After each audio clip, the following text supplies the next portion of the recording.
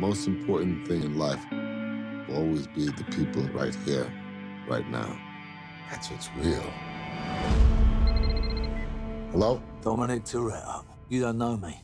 You're about to.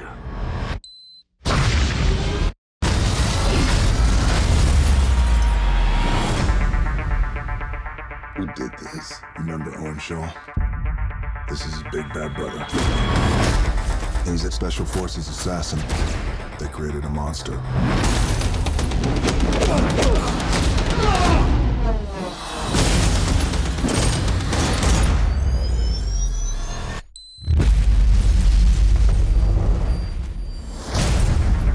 Looks like the sins of London have followed us home. We're being hunted. Shaw lives in a world that doesn't play by your rules. Like it or not, you and your friends are a part of it now. I don't have friends. I got family. This time it ain't just about being fast. Can somebody just walk me through what we supposed to be doing? Yo, Roman, you need some fresh air? Just when you didn't think it could get any better, huh?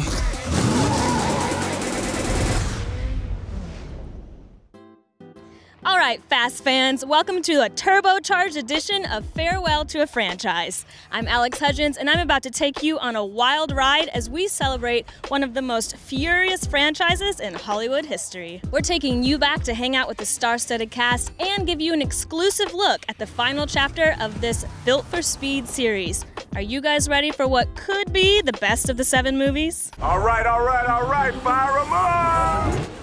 The Fast and Furious franchise is one of the jewels of cinematic history. It began as a magazine article that morphed into 6 box office smashing movies, with its 7th film set to open to much anticipation, not to mention igniting an entire culture with global appeal. Paul Walker's tragic death has been hard on all of his fans. He's one of the driving forces behind the popularity of this franchise that's already loaded with huge stars. We miss him, but his legacy lives on in this final chapter, Furious 7. It was a career launchpad for Vin Diesel as the Fast and Furious made him a megastar. He soars now as the universally loved, fast-driving anti-hero. You thought this was gonna be a street fight?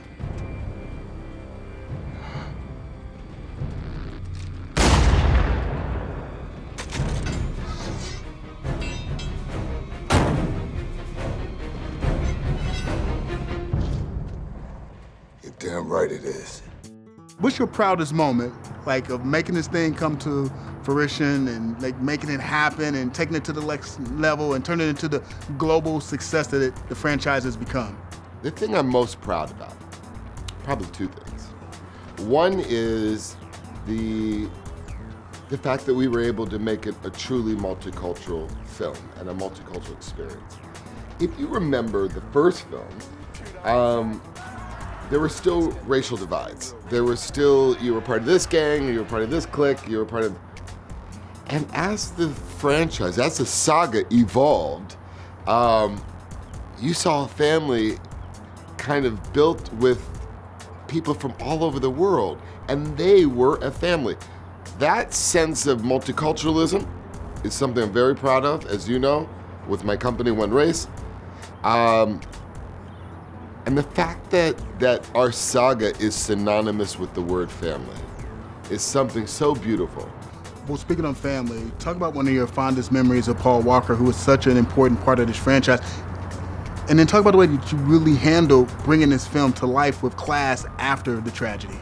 Paul was the only friend like him that I had in my life and that I had ever experienced, because we started the Fast and Furious back, I mean, we met in 1999, and we grew up in the industry together. So he became my confidant, he became my brother. What I think we, and I have to give Universal credit for this, what we've all done in terms of honoring the legacy of Paul is something that I'm in awe of today. And I know as a producer and as an actor and with my cast of actors and with the director, we on set were working towards that goal. But to really see the studio at the end make sure that someone we love so much would be honored for the rest of eternity in this film is something very special. Jason Statham became a huge action star as the main dude in movies like Transporter, Crank, and Snatch. But now he joins the Furious franchise as the bad guy who's here to take down the crew. Agent Hobbs, right? That's right. I'm also the last man on Earth whose computer you want to be hacking into. You just earned yourself a dance with the devil, boy. You're under arrest. Like I said, I'm here for the team that crippled my brother. There ain't no damn team. It was just one man, and he's standing right in front of you.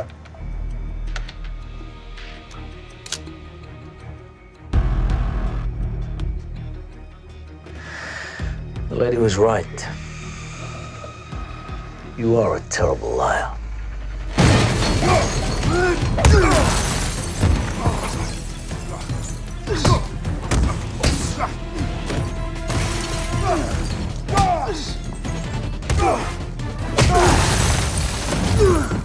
So what's up, man? How you doing, Sean? It's a good look for you, man. I loved you in this movie. Yeah? It's right down your lane, man. You did a great job, yeah. I like it.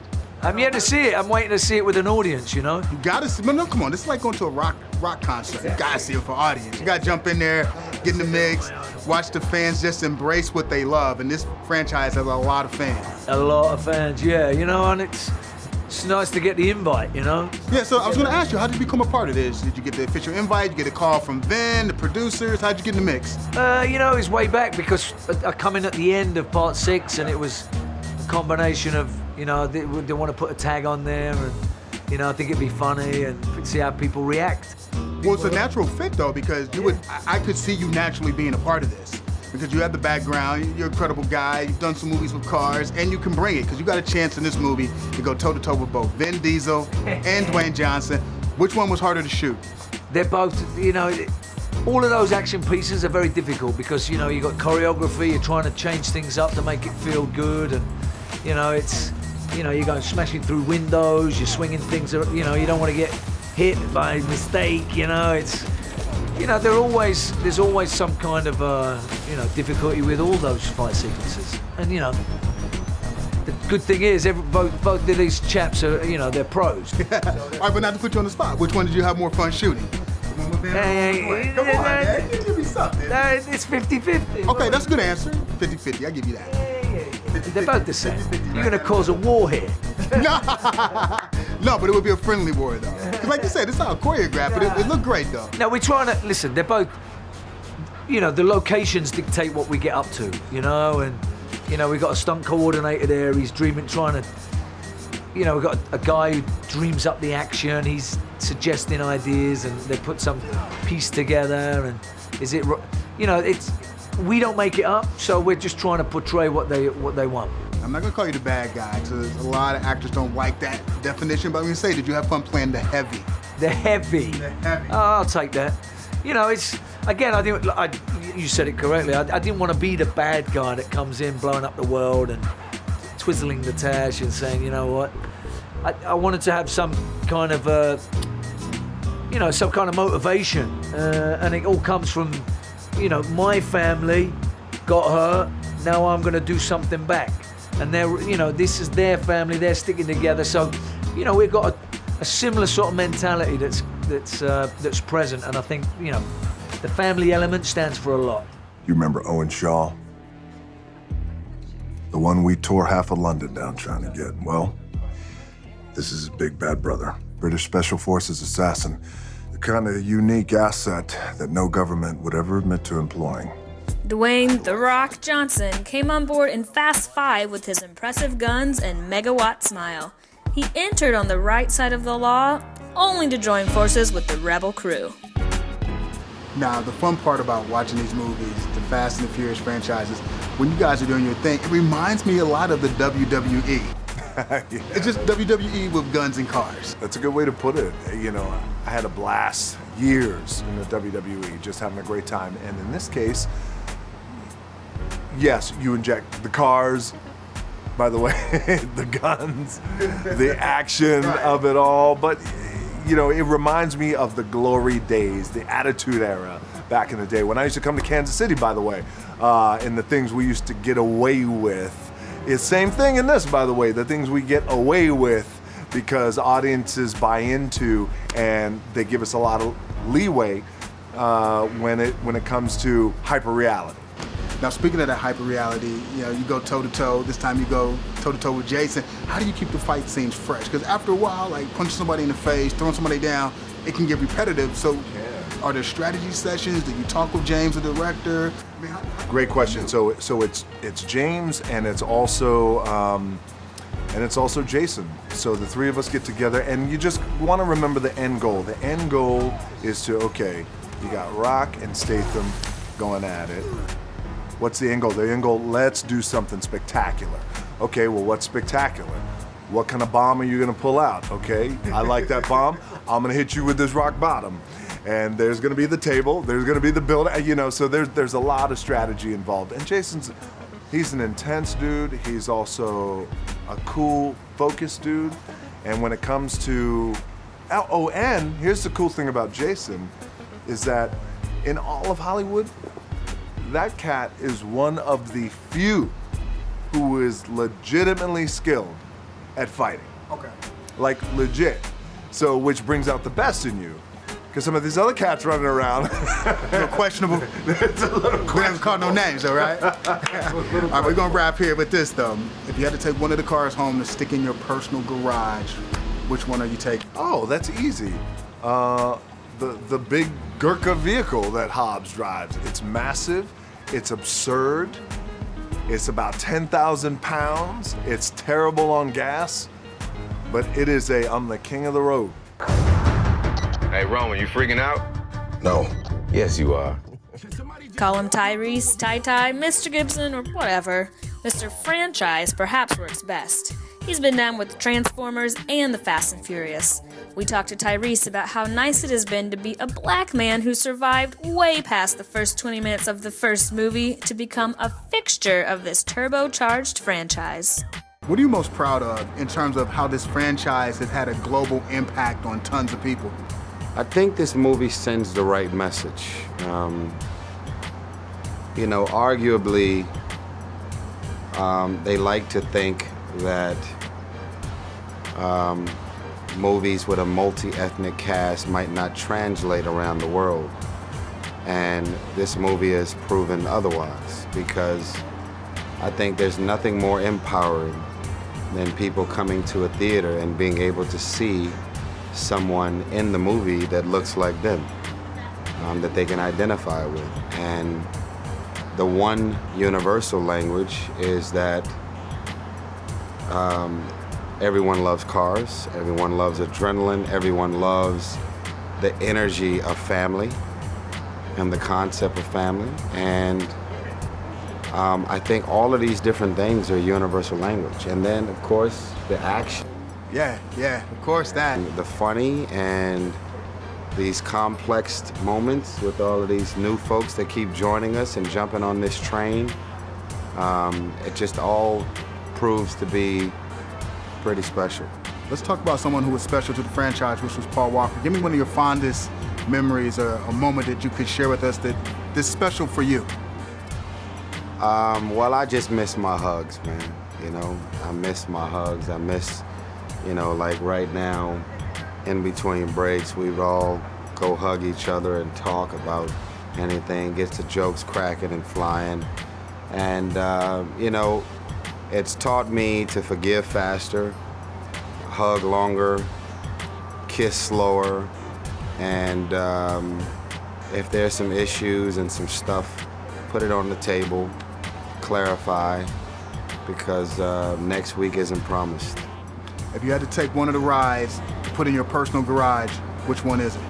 From this movie, it would be Vin's car that he was driving. with that engine that's popping out of the hood. I might steal it. I just ordered a flatbed, and I might tell them that that's my car and they need to get that thing to the house immediately. Every car that I'm in speaks and represents the character of Dom Toretto. Wow. But my all-time favorite car would have to be the Black Charger. It was originally his father's car, so it's a connection for Dom Toretto to his past. It's just an iconic symbol at this point of that loyalty to the American muscle car. It is the most cool looking, hands down. I think it just symbolizes the entire franchise in one car. Each film produced another wonderful piece of machinery, and anyone that loves Mopar will love the cars associated with Dom Toretto.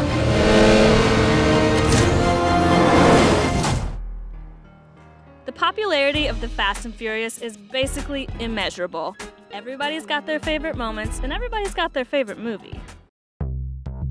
I think my favorite moment on set Stand by, guys. was the same as the stunt scene that I loved. You guys are good? It was on Fast and Furious 5. It was shot in Puerto Rico, and it came as a surprise.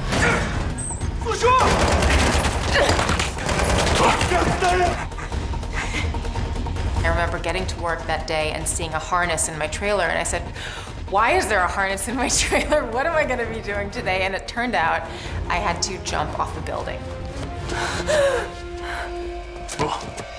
And on the same day that I had to jump off the roof, I split my hand open. And I remember being like, you know, you can super glue it. And I was really trying to make myself look cool in front of Paul, and he was like, she's being really tough, and he was proud of me. And that stunt was special to me because Paul was so patient and sweet and endearing and taught me how to do it properly so that I didn't look like I didn't know what I was doing. Let's go. Come on.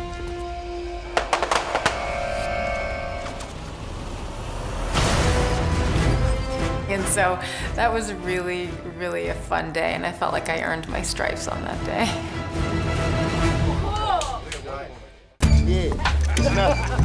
A lot of my favorite moments in general are all of the moments in between takes. The jokes is flying, and we're just bonding and doing what we do as a family on set. Salute me, familia.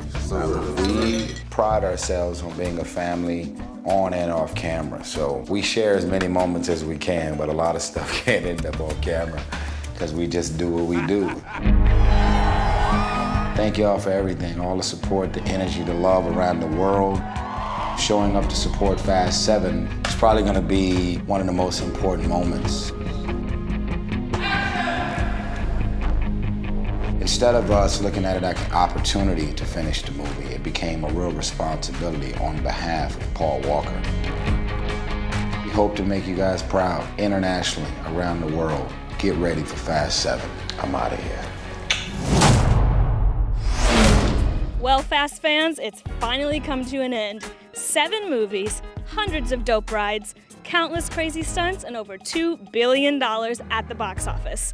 The cast reflect on arguably the greatest movie franchise of all time. 1327. We're back home. Dom, you have a package out here. It's from Tokyo. Tokyo? What's Han trying to convert me over to a turbocharger? We haven't been here since the end scene in Fast and Furious 6, so we were here in 2012.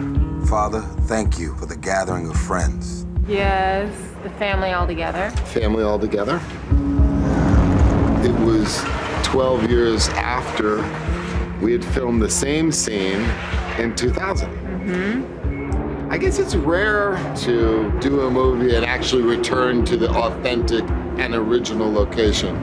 This is a special location both for the saga and for us. So much of our careers started in this house. Speaking for myself, the first time I was here, I had no idea what was going on. I was a little baby running around. But every time we're here, it just feels like the relationship keeps evolving and growing. And obviously we've gone through so much, both on screen and off. It was just in the kitchen, and I remembered, oh, that was the scene I did with Paul, washing the dishes. Now you see, the cook doesn't clean where I come from. Yeah, I'd like to go there. It's like every corner you turn in this house, you remember another scene. That's so true. I know for me, it was very helpful and very important to have my sister complete this film. Somebody that has been like a sister, both in real life and in these roles that we committed to 14 years ago and never look back. You'll see it, you're gonna see this in the movie. You'll be able to witness it firsthand, that family essence that only Fast and Furious brings. It's why you all have been so supportive, and it's why you have encouraged us to continue beyond people's expectations.